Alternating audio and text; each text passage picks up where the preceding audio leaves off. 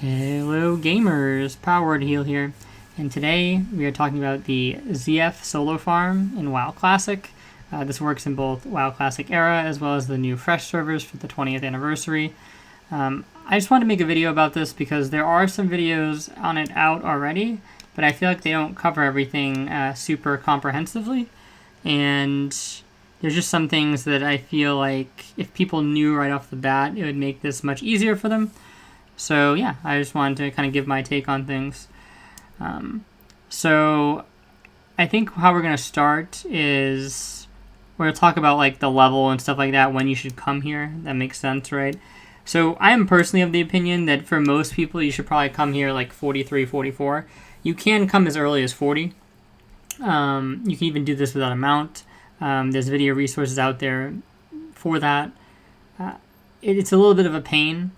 You kind of run into some issues. You have to do a lot of mind soothing, and there's resists, right? Because you're like pretty under leveled to the mob, so things can just get kind of frustrating. And if you're already trying to learn the farm on top of it, especially kind of if you're a new player, if you're a very experienced player, you'll probably pick this up, without much effort, I would say. But if you're like a really new player, you're not used to doing kind of like weird things like this, then it's like your very first experience doing some weird type of farm like this, then it might be better to focus all your energy into learning like the farming part and less energy into the shenanigans about how to actually get there and stuff like that.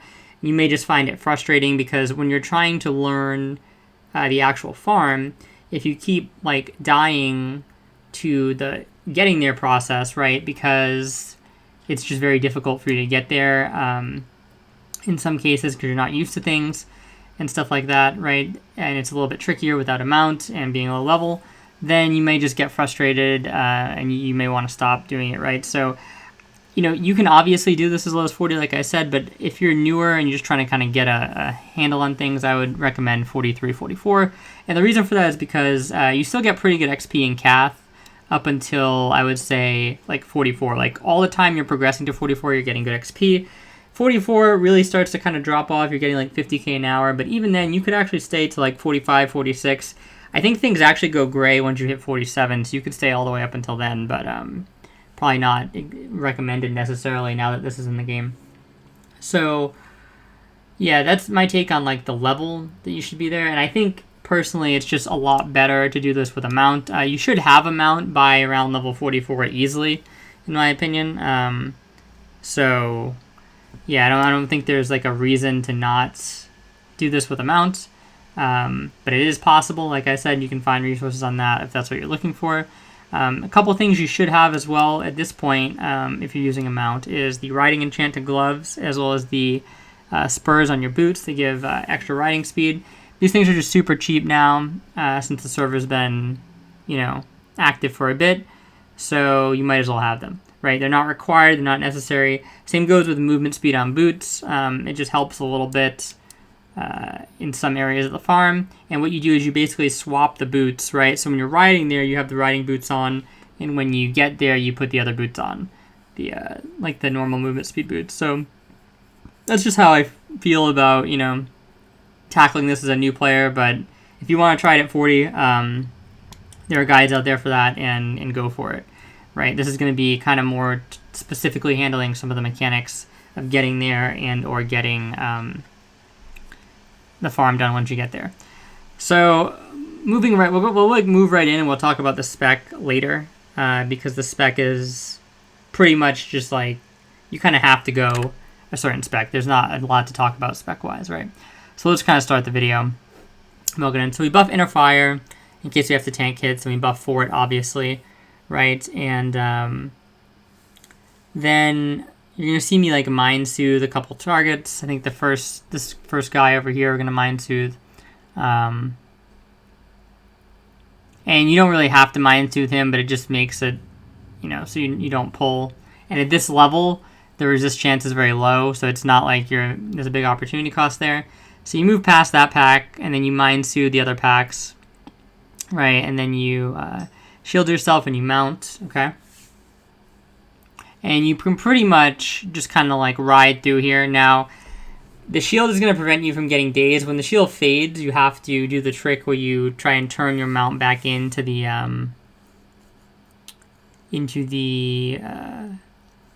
mobs to prevent the daze from happening. Because remember, mobs can only daze you from the back, so you don't want to show your back to them. But most of the time, you see the shield kind of stays, and you're pretty much good. I want to actually go back one moment there, because... Let's go back one moment. I'm going to pause. Actually, that's a little too far. I'll go back a little bit. Okay. So how you approach this, in my opinion, is kind of like one of the most important aspects of getting to the first reset spot, where you can see, actually, we'll go back a little bit further even, because... So I go out wide. You always want to be trying to avoid as much mob contact as possible, and this is especially true if you have your riding enchants and stuff like that, because... Riding away from a mob, it actually helps in this case because you have enough speed to create distance. So in a situation where you don't have to get hit at all, you're just saving hits on your shield, right? So you see we go really wide here, right? And be careful coming super close to the wall, because I've had issues, I think, if you go right up against the wall, where you can sometimes dismount. Kind of like a freak thing, I think, but it can happen. So I don't go all the way to the wall, but I kind of hug out wide a little bit, right? And then immediately I turn back inside towards this Witch Doctor. And that's because this Witch Doctor is most of the time going to cast at you. Sometimes it'll run at you, sometimes it'll cast at you. I'm not sure if it's a range or proximity thing, but I just pass by this, right? Because the main thing you have to worry about is like riding through this pack. Like if you just take a straight line through here, these guys are all going to get an auto on you. You're going to lose your shield and you have a chance to get dazed if you don't do the trick right, right? Coming this way, you're only getting hit potentially one time if this guy decides to melee you. Then you go right through the opening right here. This is a pat right here right now, so we're kind of unlucky, but if there was no pat, you'd have a free ride right through there. And this pack will aggro you, but you're going to have so much movement speed that they're not going to really be able to make significant contact, or if they do, only one of them is going to hit you, right? So you'll kind of see as we go, right? We aggro there, then we turn. It's okay to aggro that other pack, remember, because we're not dealing with them, right? And then we just kind of like, we go through like that, and then you just run to this reset spot, which is right here. The spot is a little bit funky sometimes, because things just like, sometimes you'll have to move where my cursor is, right, to actually get the mobs to reset. Sometimes standing right where I am right now is fine. You can see they reset right there pretty easily. Shield myself, and I keep going, right? So on this, we're not trying to get too close to anything. We're really trying to thread the middle because we want to give ourselves the like max distance from everything. Jumping on the vase is nice because it sometimes prevents a hit. And then you just follow this path, right? Go straight. Keep following, keep following. This room, there's a reset spot right over here. You can't really see it, but it's a little, like a tablet or something on the ground. You can just jump on that if you need to reset. Also, we'll back up just a tiny bit. There's a reset spot right here. If you can see you can like turn, actually, I think it's, okay, we'll show it better here. So you jump on this vase, right? And yeah, there's like a little pot over here, and you can run, like you basically just run to the corner of the pot, and that's a reset spot. The problem with this reset spot is if there's a pat coming this way, it'll actually aggro into you, especially the ranged one. So you have to be cognizant when you enter this hallway, if you are going to reset here, that this is not coming. And if this does start to come, what I would recommend is if you use this reset spot, you don't demount right away. So you stay mounted. And that's because if the pat actually turns the corner and starts coming to hit you here, it will be able to shoot you even in the reset spot when it flanks from the side, which means that you have to have your camera facing this way, and if you see the pat coming, you have to know to start running, because what you don't want to have happen is you're waiting here, right, to reset, you're going to heal yourself, you're going to put a new shield back on yourself, and then all of a sudden you're actually in combat eternally because this mob is just standing like right here and it's shooting you from range. And now you're really screwed because you can't, you can't really like reset. You're not mounted, or even if you are mounted, still if you haven't demounted, you're just losing HP by the second, right? So you want to like stay here in this little cubby. You want to be looking this way for the pat, and if it comes, you just have to make the decision, okay, I'm going to have to go without a shield, without refilling my health, and just hope things go okay. So yeah, that's kind of like how that works. Come around here. Riding. Like I said, there's a reset spot over here on our tablet if you need it, but we didn't really need it in this case.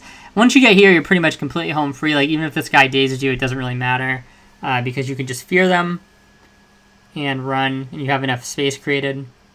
See, we do the trick there.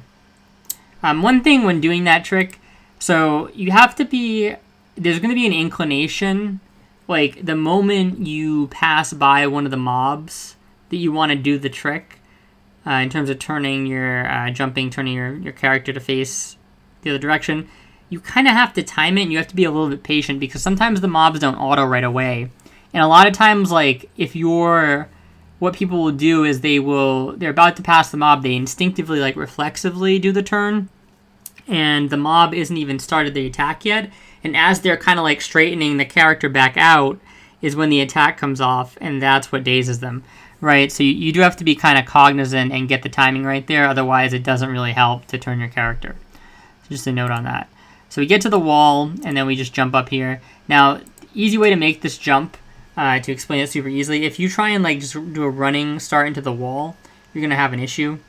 It's something with like the character model hitting like an area there, right? So what you do is you just kind of come up to the wall very calmly, right? We'll kind of go back just a little bit, and then you see I even like take a step back there, and then you just hit the jump key, and then you hit the forward momentum after that. And if you do that every time, if you're close to the wall, hit the jump key, hit the forward momentum, you'll always get on this wall. It's super easy.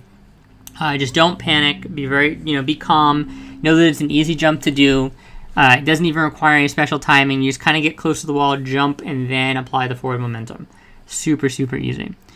So this is a reset spot. You stand here, you wait for the mobs to reset. Okay.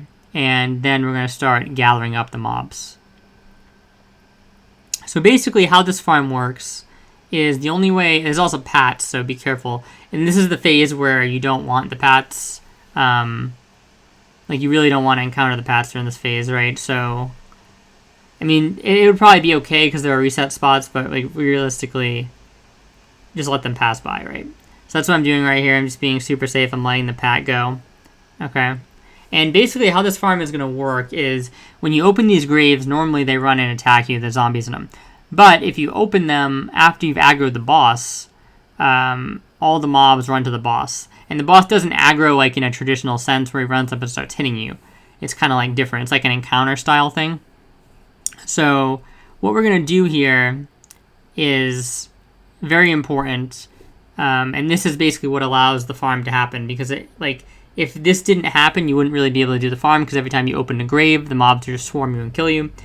But the main problem with this is that when you start the encounter by aggroing the boss, this grave right here opens immediately. And that's a bit of a problem, because the mob instantly runs to the boss and then instantly runs back. And if you're not fast enough, it can very easily catch up to you, start tagging you, dazing you, and then all the other mobs catch up to you and kill you, right? So you'll see we do a very specific sequence of events here. What we're going to do is we're going to demount and we're going to shield, okay? And then we're just going to sit around for a second, as you see. We'll mount up, right? But we're not going right away. We're letting our shield tick down. That's because we want our weakened soul to tick down. And we want the weakened soul down because in case we kind of mess up a little bit, something goes wrong, we can re-weaken soul ourselves, right? And we don't get dazed running on the way to the spot. And then once the weakened soul, you get about 6 seconds left or whatever, you're going to see me run in. And you want to be on a mount. The reason why you want to be on a mount is because it gives you extra speed. Remember, the moment we aggro the boss, right, this grave opens. So you want to be able to get to the next grave, start opening that, and opening the graves in sequence immediately. You want to get there as fast as possible. So not being mounted here is not good. Also, do not click on the first grave unless you need to. There are some cases where this grave will not open. And if that's the case, then you need to open it. But it's actually better if it doesn't open, because then you have a lot more leeway because you're choosing when the mob gets freed, right? If it opens automatically, that's when the timer's really on you, because you kind of like have to be running already to escape it. If you know what I mean. You'll kind of see what I mean in a second here. So we're going to aggro the boss, just proximity aggro. And then we run to the either the first grave if it's not open or the second grave. Okay? You'll see. Okay, so we're aggroing the boss. The grave already opened, see? So we're just now opening the other graves. We don't open this grave because it's just going to make things a little bit more annoying. If you open it, it's not, I don't think it's really the end of the world, but it's just, if you don't have a shield on yourself, you'd have a chance to get slowed because you don't really want a mob camping there, right? So you just sit down here, you reset. These mobs will reset shortly.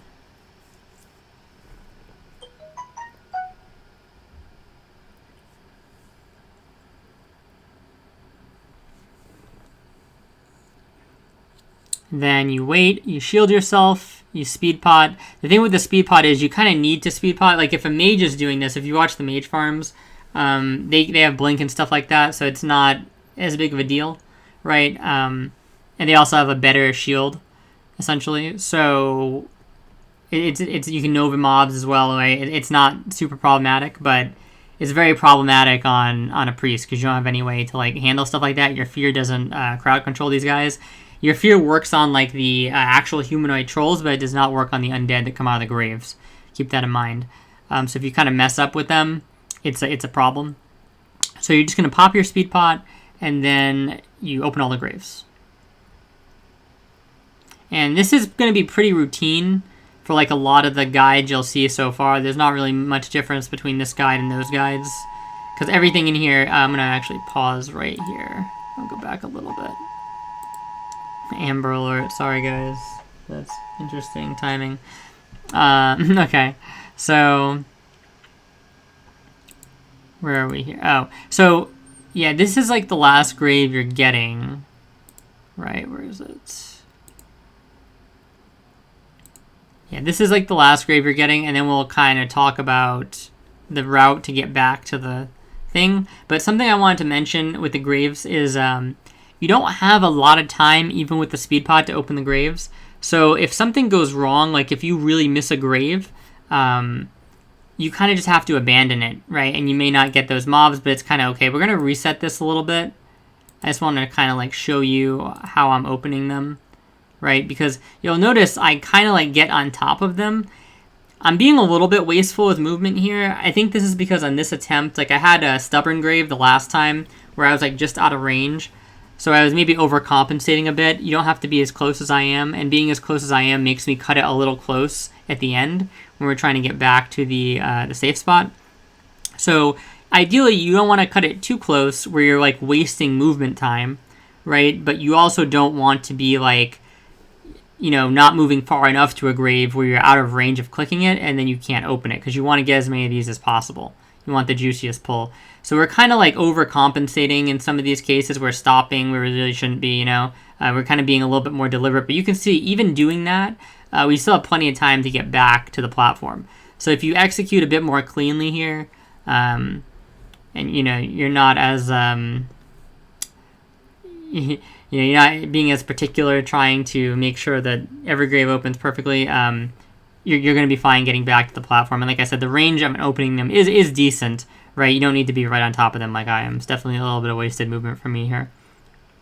Now, in terms of coming back to the wall, right? So sometimes you'll have enough time where you just walk between here. And if you see this as free, I think that's the easiest way to do it. But obviously, you see the mobs are over here, right?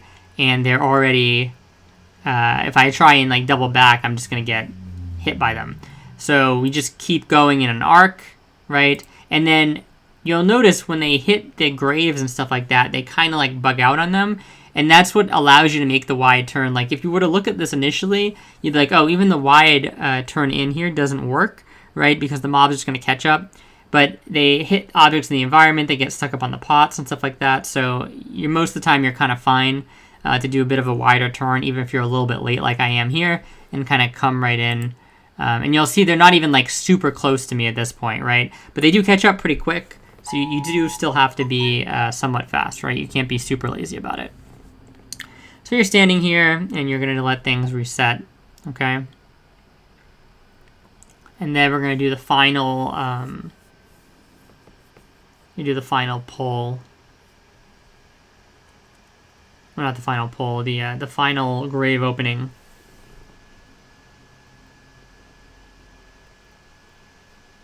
And we got a pat figures.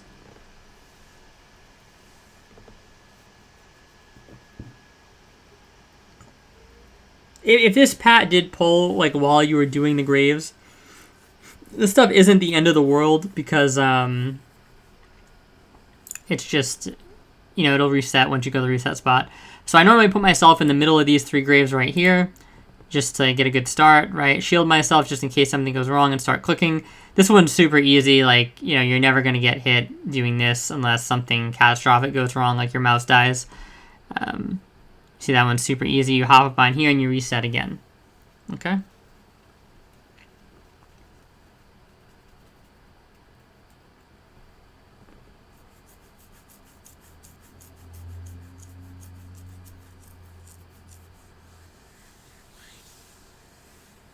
Okay, so now it's reset. We hop on the top.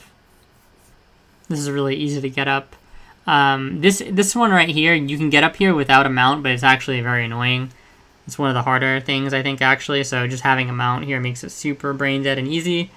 Just hop up there. And now you just kind of get to the top here.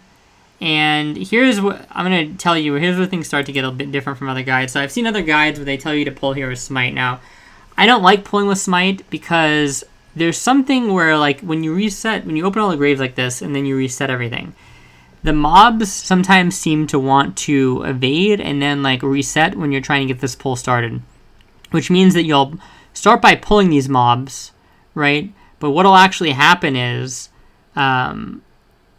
you'll put, like, a Smite into them and then you'll start going around the other side to pull those mobs, and these mobs won't have pulled. And that's a big problem because what usually happens is when you get to the other side, there are mobs that have legitimately pulled. And those mobs are going to start chasing you. Eventually, they're going to kind of come up to the top here, and it's going to become a problem. And you can't really start the pull because you're missing a ton of mobs from this side, right? You want to have as many mobs as you can. So that means you have to do the reset spot, which is over there, which I'll explain when we get to that part. And it's just really annoying because it takes more time, right? And if you're trying to do this efficiently, you don't want to be wasting time on stuff like that. So what I do is I like to pull a Shadow Word Pain. And I think that's because I think the triggering on these mobs aggroing has something to do with, like, when you jump over the middle here, which you'll see in a second when I go to run to the other side, you want to jump in a way which aggroes the boss. And that seems like a super consistent way to get these guys to pull. But it's even more consistent, I find, when you have a dot on these guys. And I think it's because they're kept in combat longer. So I think the idea is if these guys are in combat with you, or like looking at you, when you jump the gap over here, they're almost guaranteed to pull.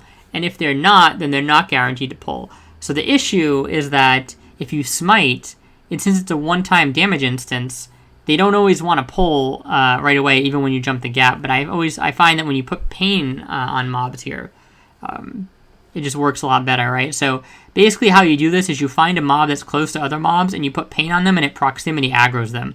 So you'll kind of see, I'll walk up to the ledge, right? And you want to swap your boots if you haven't. I don't know if I actually swapped my boots here or not. But I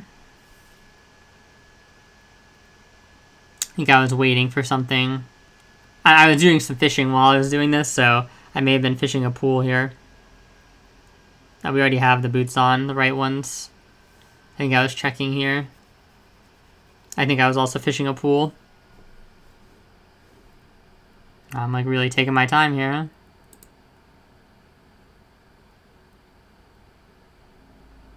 I was curious about that item, I guess. Not really sure what I'm doing here. Okay, so it looks like we're about to start. Those guys are immune to Shadow Word Pain, so you have to pull them with Smite if you're going to pull them. So I just usually pain like a different mob. I'm trying to decide which mob to pain. So there's this mechanic when doing farms like this where basically, like, if a mob hasn't taken damage, like if you damage a mob and then it hasn't taken damage in 45 seconds, the XP gets reduced by a percentage of its health at the time when the damage instance occurred, I believe.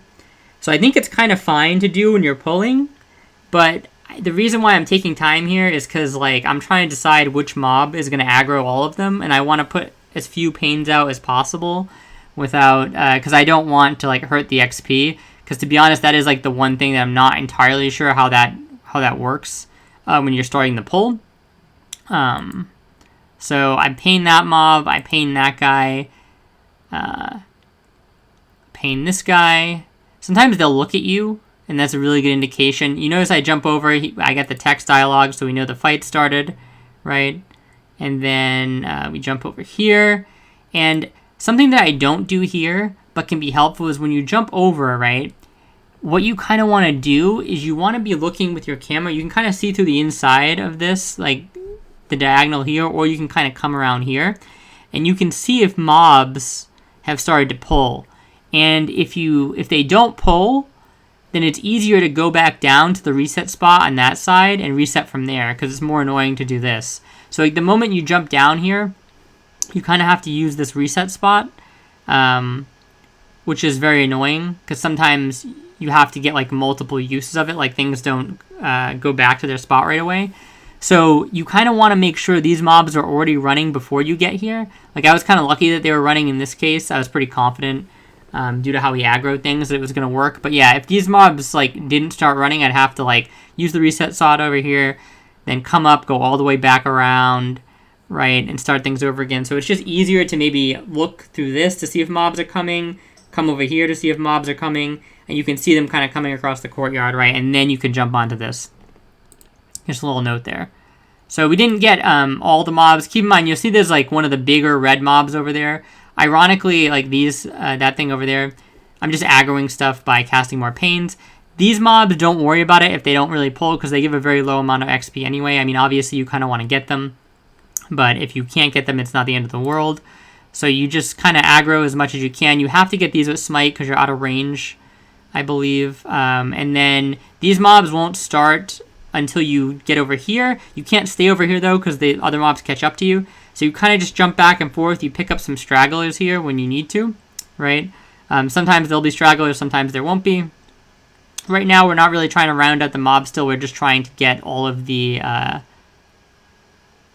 mobs. I think we're going to do like one more pass of this. You basically end up having to sit here for a bit because you're trying, I think we're trying to get this mob aggroed, but we can't.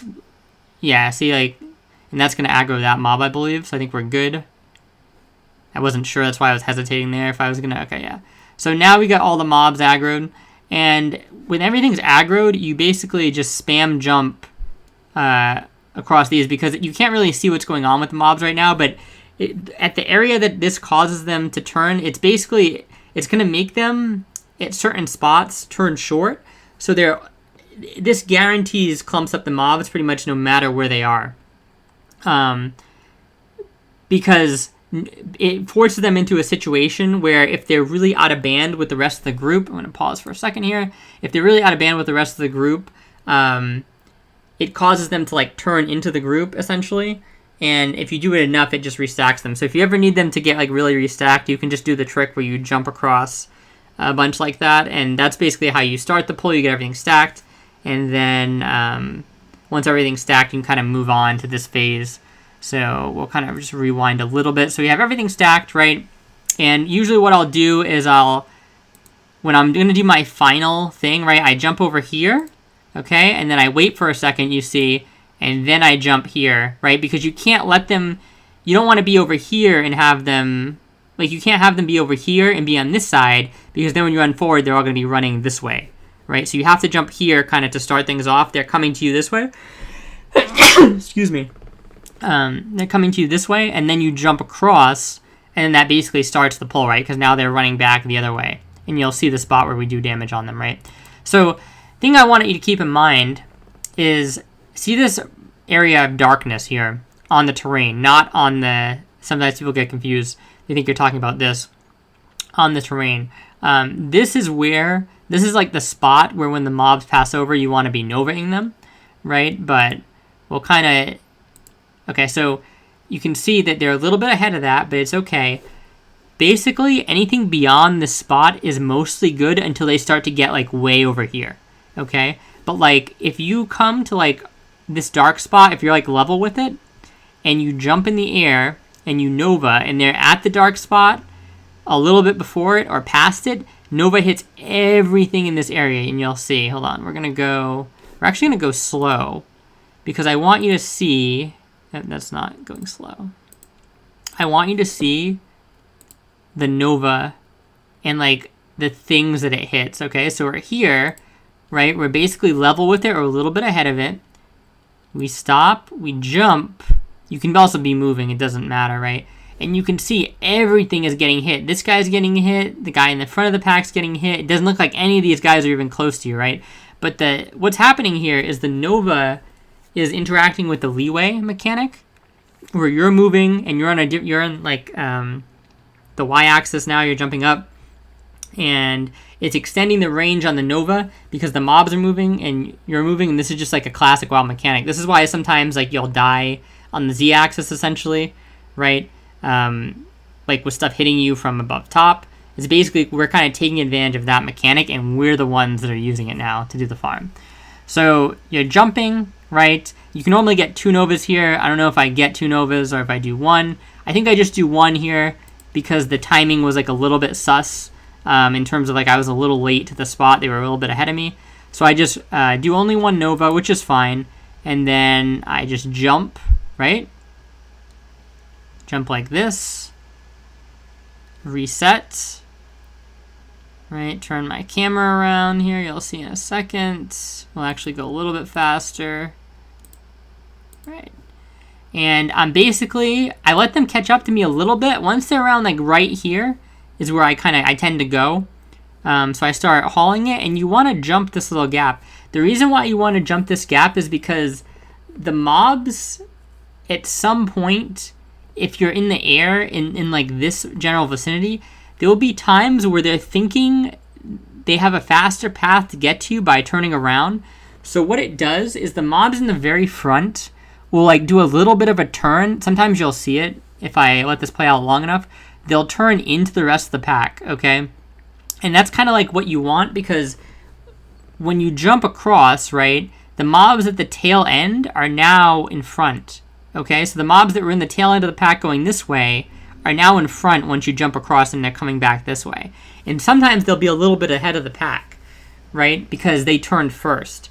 So what'll happen is, if you can get this, you just do this every time you go, like you jump across this little gap like this. Sometimes it works, sometimes it doesn't, depending on your timing or whatever, or your position relative to the mobs. I'm not exactly sure what triggers it, but it happens often enough where these guys get turned back, and then that perfectly restacks the line. Okay, so that's what you're going to see me do here. We just do a little jump. Oh, that was actually a very sus. So that was just done improperly, but we just had a little bit of trolling right there. And actually, you see that we kind of paid for it because the mobs overcommitted. You typically don't want them like that far. Like that was very close because we just made a mistake. But if you jump here and then you jump here, it's going to be, like, we'll show the next one. It's much cleaner. That's another thing with this. It's all about consistency. Right? I mean, the pack, it can clump them up.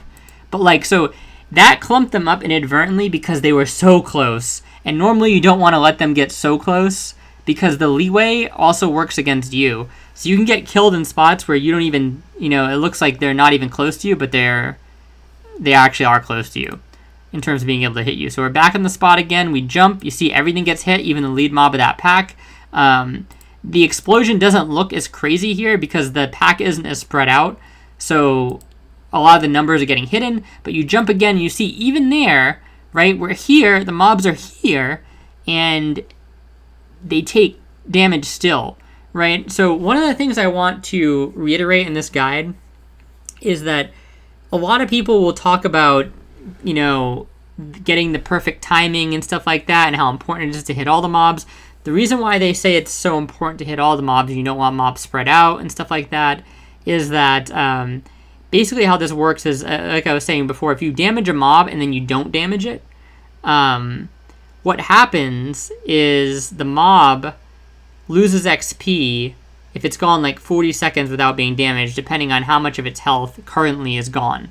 So like you could run into the situation where if everything's spread out and you're not hitting everything, you're losing a ton of XP on these mobs, right?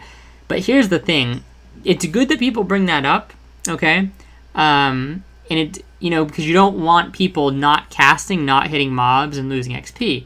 But the reality of the situation is that as long as you're hitting a Nova like every time you come over here, or maybe like once every 2 times you come over, you're pretty much always going to be within that time limit.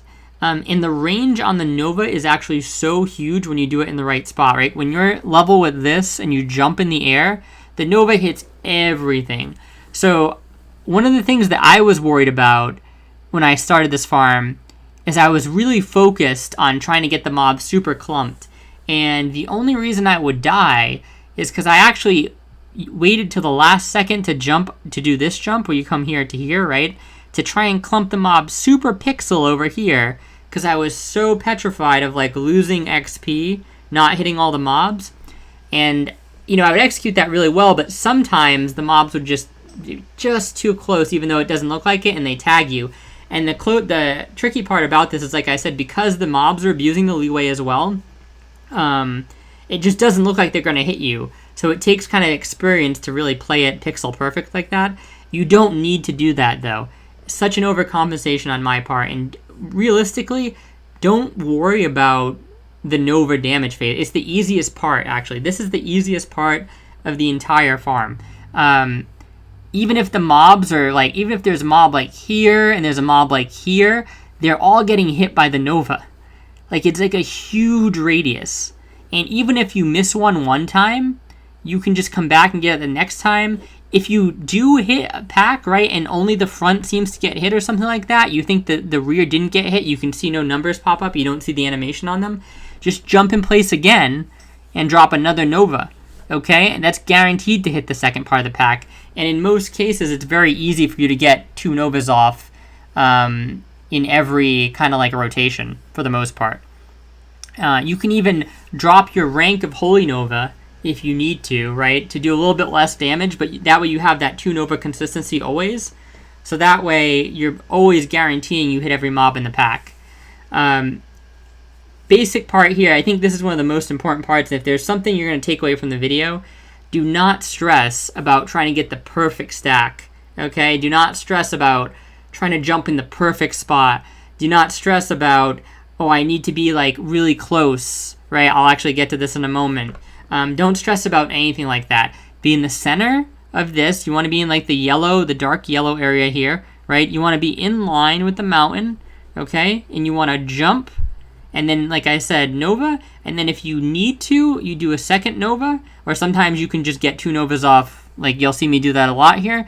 Then you jump back across, you rinse and repeat, okay? If the mobs are getting really spread out, I'll kind of show you some things you can do. But, don't overthink this, guys, all right? So we're jumping across, right? We're jumping on here, turning around, same thing, right? And if the mobs are really spread out, I let them get maybe a little bit closer here, but you don't want to let them get like here or something. That's crazy. They're hitting you at that point. So you kind of let them, right? Kind of see, you start going. That's about perfect. You can maybe let them get a little closer sometimes if you're really trying to restack well. But again, most of the restacking is done automatically by doing this little jump. Oh, see? There's a perfect example. They double back here. It's usually make the jump. Now they're still see, they go down. That clumps them. Jump over here. See, the stack is like fairly clumped. It's a little bit out, but watch, we're gonna. Okay, here, jump. We hit everything. They're not even that stacked, right? Like, they're not super stacked. Like, I could have this better stacked than this. Again, do not focus on the minutia here. The worst thing you could do is get in your head about, like, oh, did I hit all, like, you probably hit all of them. Even if you didn't, you're missing tiny fractions of XP most of the time.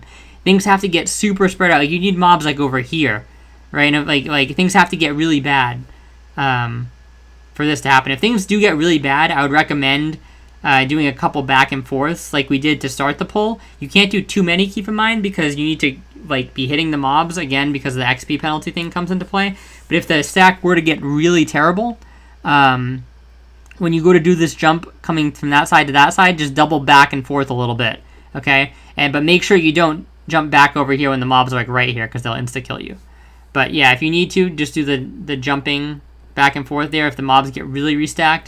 But if you do this method that I'm showing you right here, they shouldn't ever get like that bad. And one note about over here during the kill phase, you're going to be tempted sometimes. You're like, oh, well, why is he jumping in the middle? He should be closer, right?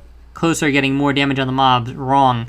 Because I actually did this once. I was doing this at the start, and then one time I just got one tapped. I was like over here. The mobs were maybe like over here or something. Didn't look like they were going to hit me at all. You don't want to play close to this edge. You don't need to. You see, they're still all taking damage, right? If you fail this farm, it's basically going to be because you've made it harder than it needs to be on yourself, right? Don't stress out over minor things, getting things perfect. Just kind of follow the general strategy. Again, this is a super good reference point, right? When they're like a little bit before this, a little bit after this, even all the way over here, they're getting hit if you jump in this general vicinity, right? You can even be a little bit more to this side if you want to feel safer if the mobs have already crossed, okay?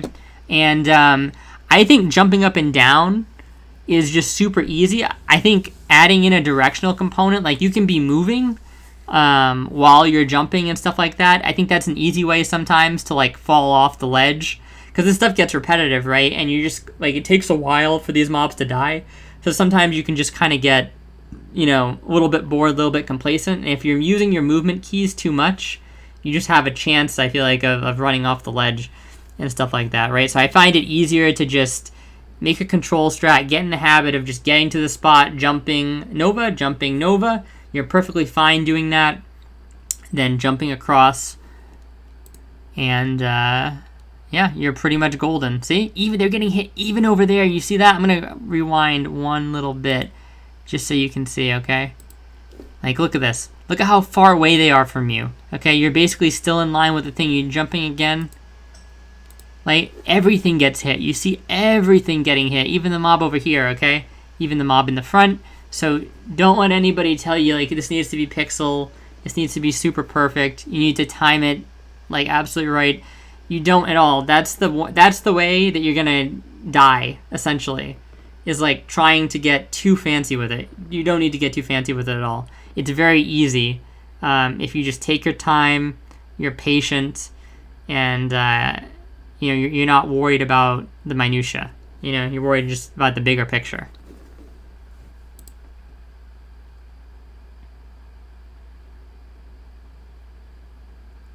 So, very, very easy. Oh, I want to talk about the reset spot. So, if you fall off, right, you can jump down here, and in this little corner right here, not this corner, I don't think, it's the other, like, so you have to be on this side. Like, if you were to run around the boxes from this way and be on this side, in this little corner, this does reset the mobs. Sometimes not all of them will reset, and you have to, like, stand here for a bit, and then you'll have maybe one or two of them not reset. You shield yourself, you jump out this way, you run up here, and then what you do is you make this jump, then the mobs start pathing this way, right? And then I'll show you when you jump back down. So when the mobs are running this way, right, this is ideally when you'd want to jump down if you have to reset mobs that are over here, right? You want them to be like over in this area, and then you just double back, jump down into that thing. Because if they're too close, they're stubborn and sometimes won't reset. But if they're far away, like on the side of the mountain over here, like they'll reset all the time. A lot of times I'll let them start to path this way. Like I'll let them get onto this and then just jump down. That's a super easy way to reset them if you ever need to reset. And yeah, that's basically the farm. And you know, you can use mana potions, as you see right here, to just make things go a little bit faster. Oh, something I want to talk about, how to use inner focus here. So I think the best way to use inner focus, right, is you know how we do 2 novas? Well, you see me tap inner focus here, right? I'm only going to do 1 nova, watch. So I wait, jump, hit everything with 1 Nova. And the reason why I don't do a second Nova is because all we're trying to do is keep them in combat, keep them so we don't have that XP loss thing happen, right? And we only need 1 Nova to do that. And so we use Inner Focus. Inner Focus doesn't count as like casting a spell, so because it's free. So that means that we don't go into our, we don't break our 5-second rule. So we're keeping our regeneration. So we had our regeneration all we were running across back here the last time, right? Jumping across.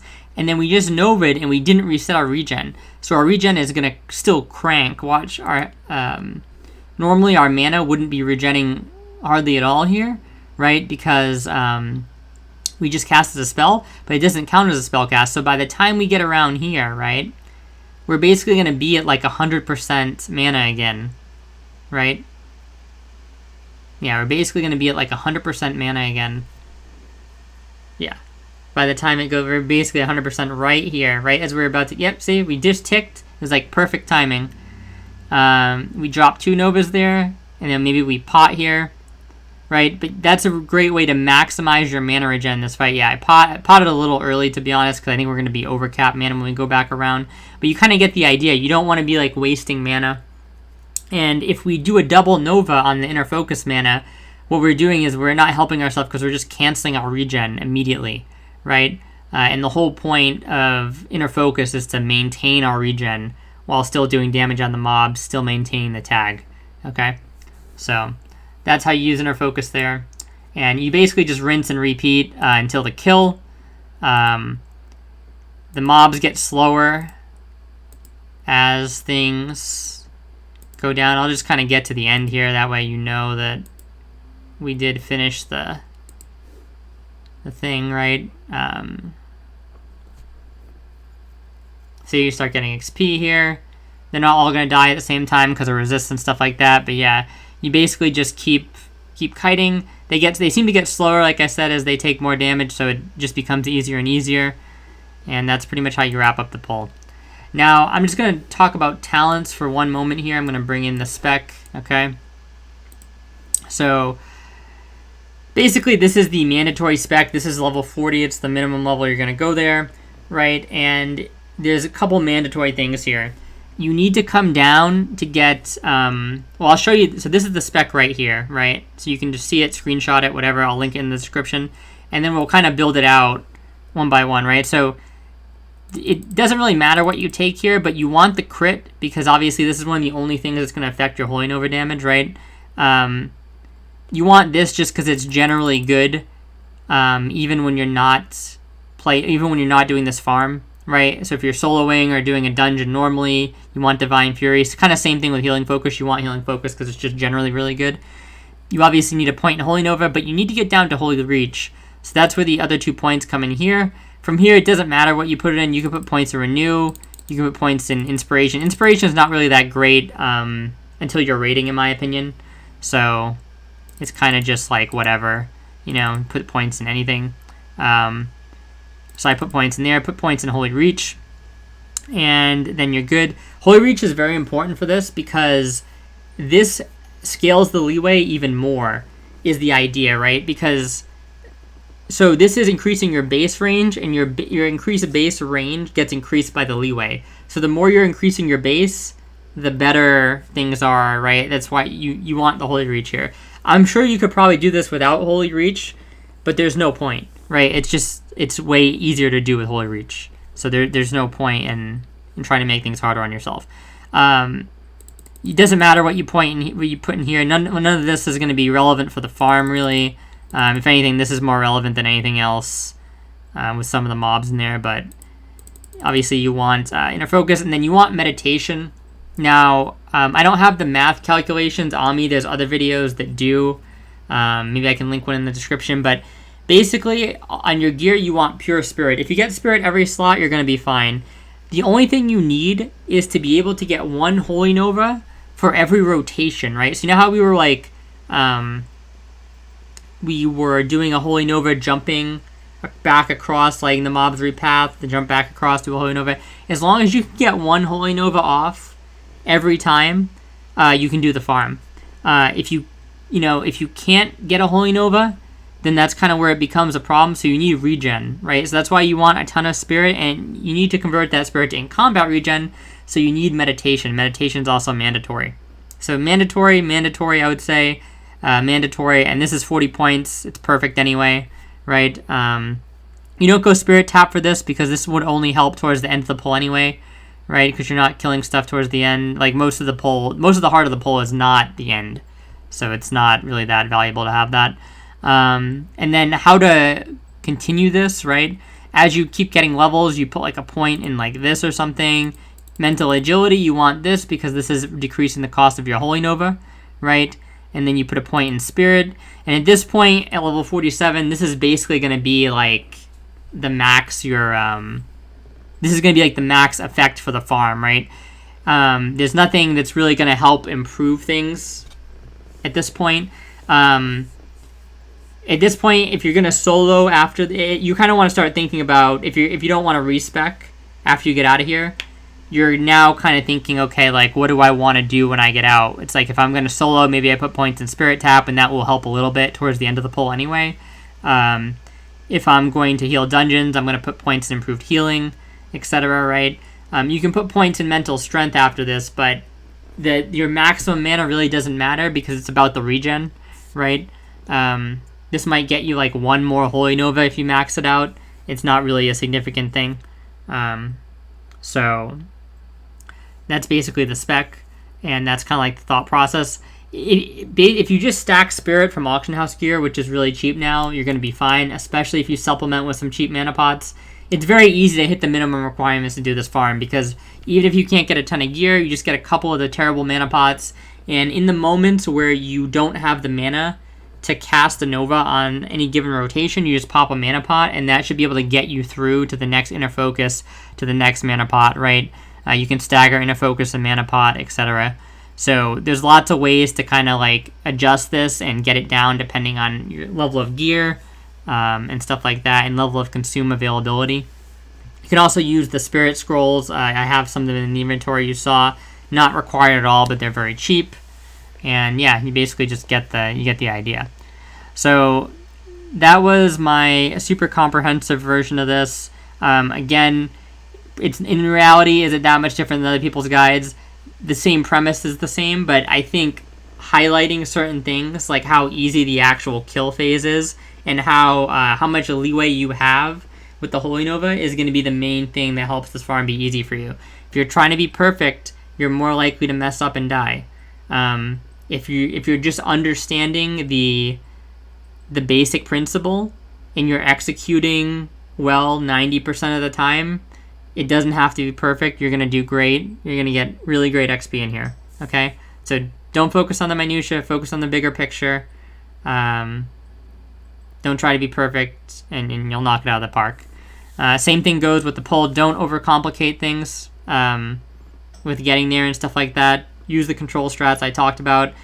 Take advantage of the reset spots if you need to. Don't get greedy, and you'll be able to get there consistently every time.